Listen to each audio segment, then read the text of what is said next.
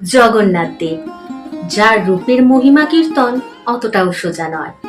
তাকে দেখে মনে হয় তার দুই হাত নেই, কিন্তু সর্বদা হৃদয় থেকে মনে হয় সে যেন দু হাত বাড়িয়ে আমাদের ডাকছেন, তাই না? তার চোখ বড় বড়, গোল গোল, কিন্তু সেই চোখে রয়েছে অদ্ভুত গভীরতা।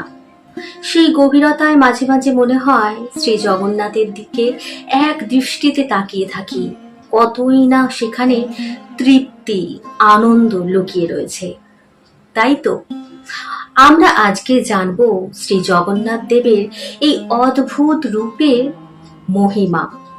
এই রূপের কারণ কি? শ্রী জগন্নাথ দেবের কেন হাত নেই? কেনই বা তার চোখগুলো এত বড় বড়? তার ঠোঁটটা দেখে বোঝাই যায় না সে হাসছে নাকি অন্য কিছু। অদ্ভুত এই রূপ এবং এই রূপের রহস্য অনেকেরই অজানা।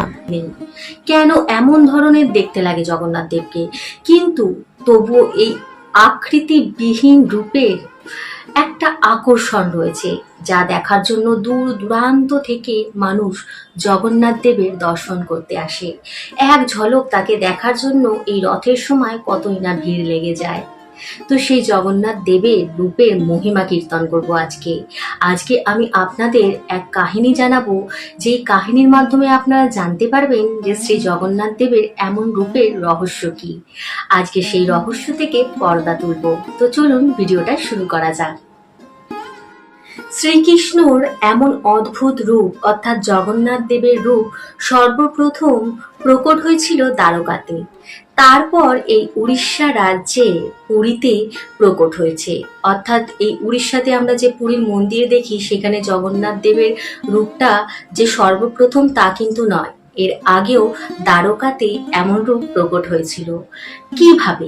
চলুন সেই কাহিনী শোনা যাক। দাপর যুগে দ্বারকা নগরীতে শ্রীকৃষ্ণের পটরানীরা একবার রোহিণী মাতার কাছে বললেন, মাতা, আপনি আমাদের প্রভুর ব্রজলীলা বলুন, আমরা তা শ্রবণ করতে চাই। তার আগে বলি, একমাত্র রোহিণী মাতা শ্রীকৃষ্ণের ব্রজলীলা, মথুরা লীলা আর দ্বারকা লীলা, এই তিন লীলা দর্শন করেছেন। আর কেউ ছিলেন না দ্বারকাতে যে শ্রীকৃষ্ণের এই তিন লীলা দর্শন করেছে। এরপর রোহিণী মাতা বললেন, আমি তো তোমাদের বলতেই পারি, কিন্তু খুব মনোযোগ সহকারে শুনলে তবেই তোমরা সেই লীলার রস সেবন করতে পারবে। তখন শ্রীকৃষ্ণের পটরানীরা বলল, তাহলে মাতা, এইখানে তিনজনকে আসতে দেওয়া যাবে না। তারা যদি আসে আমরা লীলাতে মনোনিবেশ করতে পারবো না। রোহিণী মাতা বললেন, তারা কারা? উত্তরে পটরানীরা বললেন, শ্রীকৃষ্ণ, বলরাম দাদা ও আমাদের সুভদ্রা ননদী। রোহিণী মাতা বললেন, কেন? এই উত্তরে পটরানীরা বললেন, যদি আমাদের মাঝে আমাদের ভাসুর ঠাকুর এসে বসে তাহলে তার সামনে আমরা কিভাবে আমাদের স্বামীর লীলায় আনন্দ নিতে পারবো? মনোনিবেশ করতে পারবো না যে। বারবার মনে হবে ভাসুর ঠাকুর দেখছে, হয়তো আমাদের লজ্জা লাগবে যে। আর সুভদ্রা আসবে না, কারণ সুভদ্রা বড়ই চঞ্চল স্বভাবের। কেউ লীলা কথা শোনার জন্য বসলো, যদি তার ভাব চলে আসে আর তার কারণে যদি তার চোখে কান্না চলে আসে, তখন সেখানে সুভদ্রা বলবে, আরে তুমি কাঁদছো? সুভদ্রা কিছুতেই আমাদের প্রেম ভাবের সঙ্গে কথা শুনতে দেবে না। আর তৃতীয় হচ্ছে দ্বারকাধীশ শ্রীকৃষ্ণ, তিনিও আমাদের কথা শুনতে দেবে না, কারণ যখন যখন আপনি আমাদের ব্রজ কথা শোনাবেন তখন তখন আপনার দিকে কম দৃষ্টি আর শ্রীকৃষ্ণের ওপর বেশি দৃষ্টি থাকবে। কারণ ধরেন আপনি যখন বলবেন গোপাল আমাদের এমনভাবে মাখন চুরি করে খেয়েছিল, তখন আমাদের মনে সেই দৃশ্য ভেসে উঠবে না। উল্টে শ্রীকৃষ্ণের দিকে তাকিয়ে আমরা বলবো, ও আচ্ছা, আপনি এইভাবে চুরি করে মাখন খেয়েছেন, তাই এই তিনজনকে এই ব্রজকথা থেকে বঞ্চিত করতে হবে। এরপর রোহিণী মাতা বললেন, তোমরা দ্বারকাতে বসে আছো আর এই দ্বারকাতে ওই তিনজনের রাত চলে, তোমরা এই ব্রজকথা শোনা থেকে তাদের বঞ্চিত করতে চলেছ কিংবা চাইছো? কি করে তা সম্ভব? তখন পটরানীরা বললেন, আমরা একটা বুদ্ধি এঁটেছি, আপনি কথা শোনানোর জন্য তৈরি হয়ে বসুন। এই বলে তারা বলরাম, সুভদ্রা ও শ্রীকৃষ্ণ যেখানে বসেছিলেন সেখানে গিয়ে হাজির, এবং সেখানে গিয়ে তিনজনকে বললেন, আপনারা এখন বড় হয়েছেন, দায়িত্ব কর্তব্য গৃহস্থ সামলাতে সামলাতে সময় চলে যায়। আমরা আপনাদের অনেক দিন খেলতে দেখিনি, চলুন না কোনো খেলা খেলুন। এই কথা শোনা মাত্র সুভদ্রার তো খুব মজা হলো। বলরামও বললেন, হ্যাঁ ঠিকই তো, অনেক দিন আমরা কিছু খেলিনি, আজ খেলবো।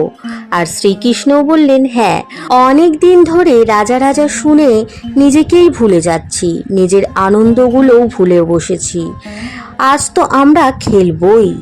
খেলার কথা শুনতেই তিনজনের মনে লোভ চলে এলো যে আমরা আজ তিন ভাই বোন মিলে খেলা করব। আর কি খেলা খেলবো? চৌসার অর্থাৎ দাবা জাতীয় একটা খেলা। তিনজন মিলে চৌসার খেলা খেলতে শুরু করলো এবং খুব মনোযোগ সহকারে খেলছে, খুব আনন্দ লাগছে, মাঝে মাঝে উল্লাস দিচ্ছে তিনজনে।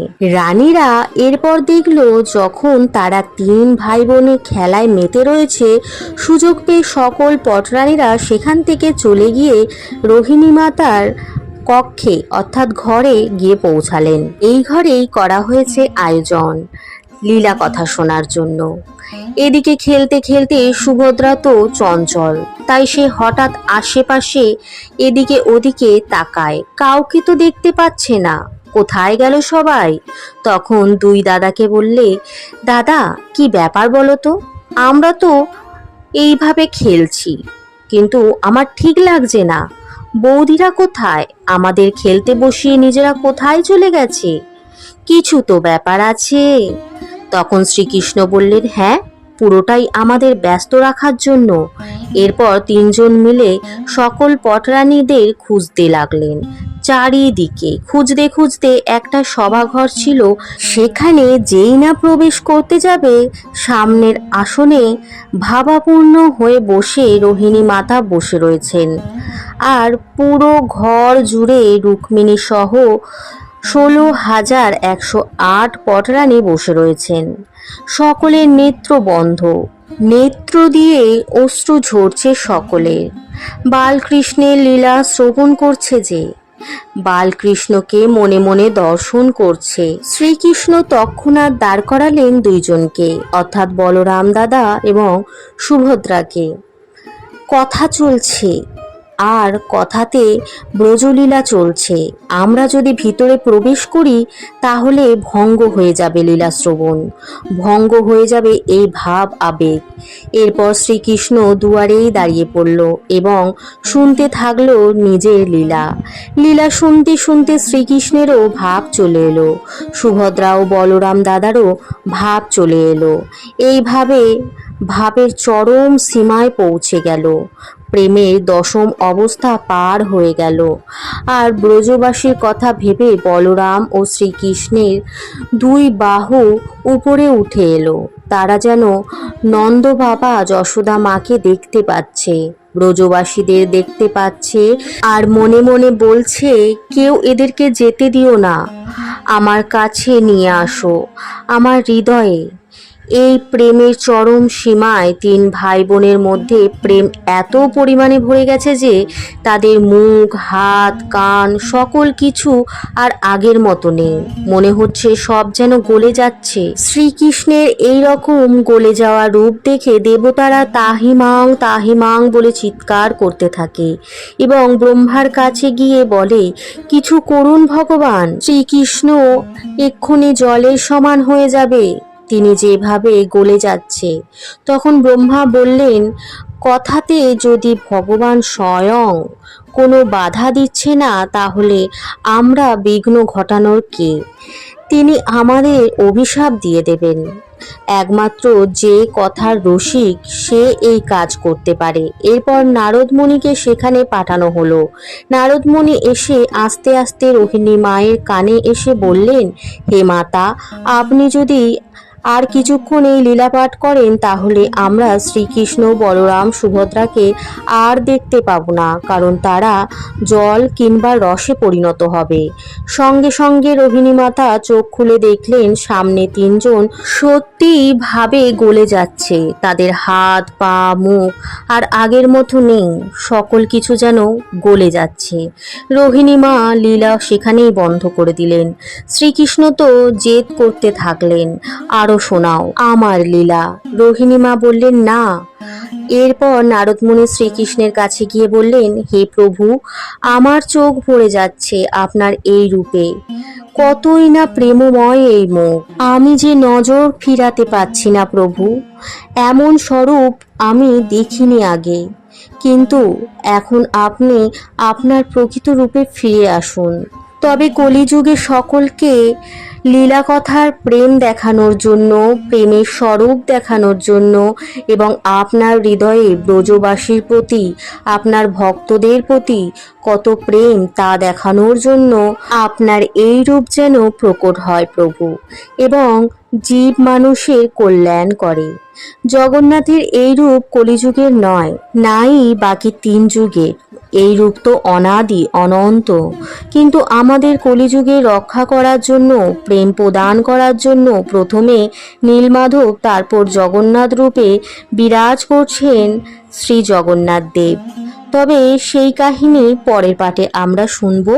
এখন এই প্রথম পাঠে আপনাদের জানালাম জগন্নাথ দেবের এই রূপ আসলে কলিযুগের নয়, এই রূপ অনন্ত, অনাদি, এবং এই রূপ আমরা সর্বক্ষণই দেখতে পাই যখনই আমরা শ্রীকৃষ্ণের কিংবা শ্রী জগন্নাথ দেবের চোখে তাকাই, কারণ তিনি সর্বক্ষণ তার ভক্তদের দিকে প্রেমময় দৃষ্টিতে তাকিয়ে থাকেন। তো প্রিয় বন্ধুরা, কেমন লাগলো জগন্নাথ দেবের স্বরূপের এই ইতিহাস? যদি আপনাদের ভালো লাগে থাকে জয় জগন্নাথ লিখতে অবশ্যই ভুলবেন না, কারণ জগন্নাথ দেব এমন এক দেবতা যিনি কলিযুগে এখনো বিরাজ করছেন শ্রীধাম পুরীতে। তো চলুন, ভিডিওটা এখানেই আমি শেষ করছি। আসছি আবার নতুন কোনো ভিডিও নিয়ে, ততক্ষণের জন্য বলতে থাকুন হরে কৃষ্ণ, রাধে রাধে, জয় জগন্নাথ।